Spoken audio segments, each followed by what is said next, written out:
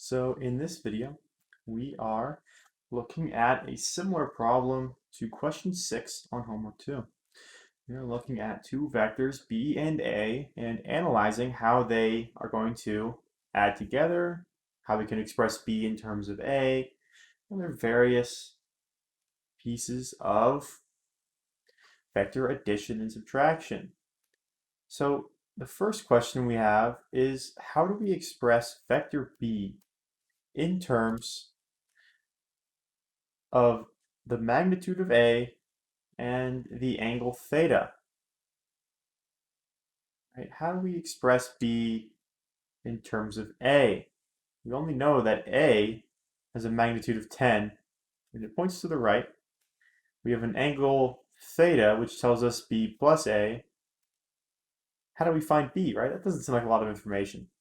What we can do is actually rearrange A and B in the tip to tail orientation, so that this is A plus B, this is A, this is B, right? We know A equals 10. And I'm not drawing the little vector arrow over each of the letters just for convenience. Here's theta of 30 degrees, right? How do we express B? Well, if you remember from SOHCAHTOA, we have tangent of theta equals opposite over adjacent. And so our theta is going to be 30 degrees. And our opposite of 30 degrees is B over A, which is going to be a magnitude of 10. And so by multiplying both sides by 10, we find that B equals 10 times tan 30. And by doing so, we have expressed B as, we found its magnitude, right? We found the magnitude of B to be some real number. And it's in terms of the magnitude of A and theta. Now, for part B, we are asked to find the magnitude of the difference of vectors. What is the magnitude of the difference of vectors? Well, it says the magnitude of A minus B. How do we find the magnitude of A minus B? Well, what is A minus B, right? A represents this right vector, and you can label that as A, and it's 10 long. B represents this up vector, and it is 10 tan 30 long. Put that in a calculator. 5.77 units long. Well, if we have a subtraction sign in front of B, we can think of it as positive A, but now we are subtracting B. So B ends up being flipped down into that negative direction. So we have 10 in this direction, 5.77, and this connecting from the start to the final point is A minus B. How do we find the magnitude of the diagonal? Well, we use Pythagorean theorem. A squared plus B squared equals C squared.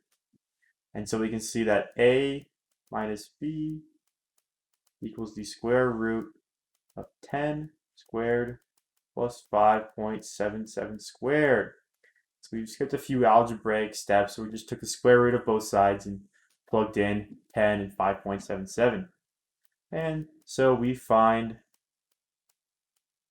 the magnitude. Let's just go ahead and indicate this is the magnitude. Find the magnitude of A minus B to be. And so we find the magnitude of A minus B to be 11.55. One thing to note here is that this magnitude, this diagonal vector, well, it's actually equal to the same diagonal vector we had in part A, right? Even though now we're pointing in a different direction, and so it's still helpful to draw this triangle, we can actually find the magnitude without direction. Just finding the magnitude, we could actually use the original triangle. And so we didn't need to go ahead and redraw it, but it does help understand that now we point into that bottom right quadrant. All right, so moving on to part C. And part C asks for the magnitude of the sum of vectors. A plus B, right? So what is the magnitude of the sum of vectors. So this is going to be a plus b. A is our horizontal vector. B is our vertical vector. Well, you remember two of these sides, right? 10, 5.77. It's the same as these two triangles are the same, right? They're the same triangle, just sort of drawn in a different shape, different orientation. So we know the magnitude is still going to be the exact same number.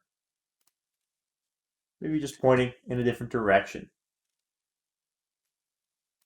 All right, so this is just an introduction into the idea. The idea is found in problem 6 on homework 2.